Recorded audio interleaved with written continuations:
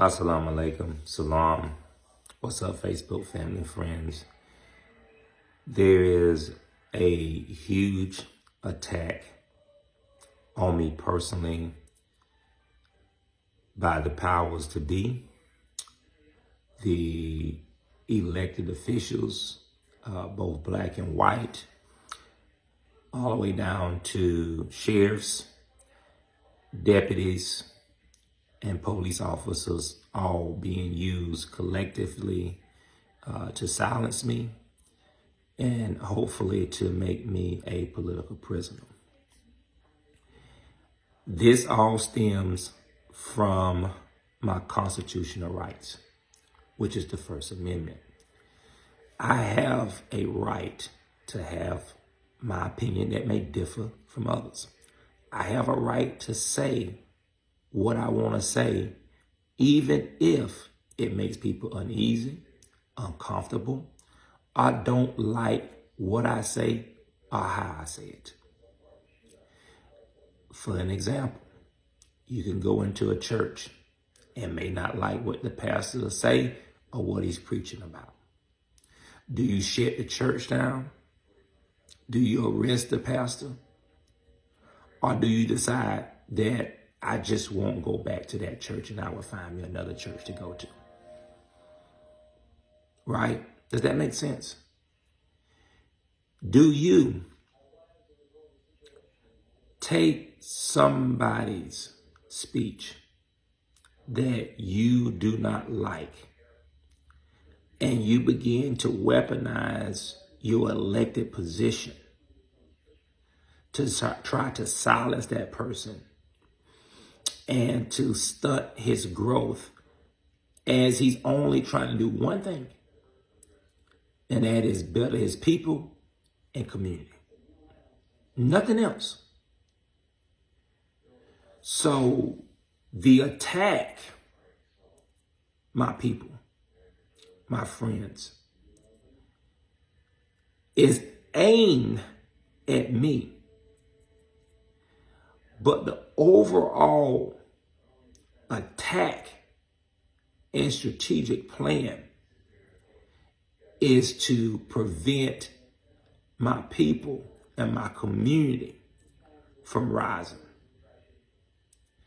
Because many feel that I'm the one that's giving the people the information and the knowledge that they're not supposed to have. And therefore, that has upsetted the apple cart.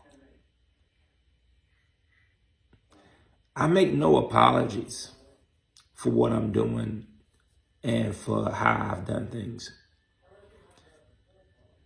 I don't think we have gotten here without Elohim using me in this manner.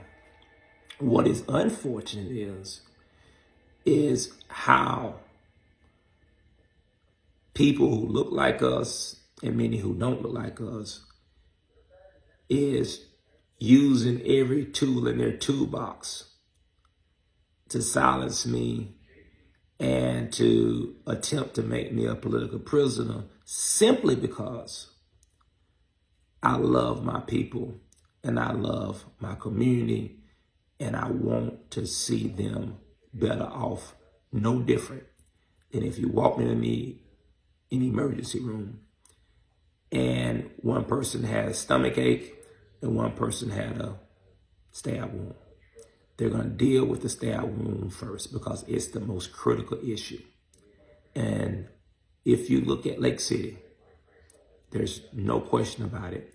The black community has the most critical issue. You fix the most critical issue first because you don't want this issue to bleed out. Just like the ER wouldn't want the patient to bleed out with a stab wound, that's why the person with a stomach ache has to wait. I fight for this community as I would fight for any community. It just happened to be the black community, and I just happened to be black. I had no hand in either one. Digest that. You'll see the facts in it. people always coming at me and saying, hey, you know, you should do this and you should do that, you should do that.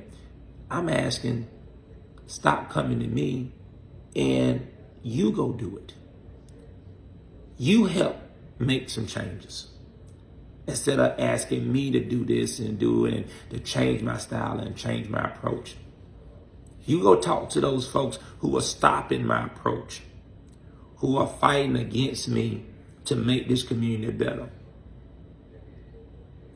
Because all you do when you fight against me is tell them, I send a message that we're content with being poor. We're content with having a blighted community. We're content without having structured and supervised activities for our young people. We're content with sending our young people to prison.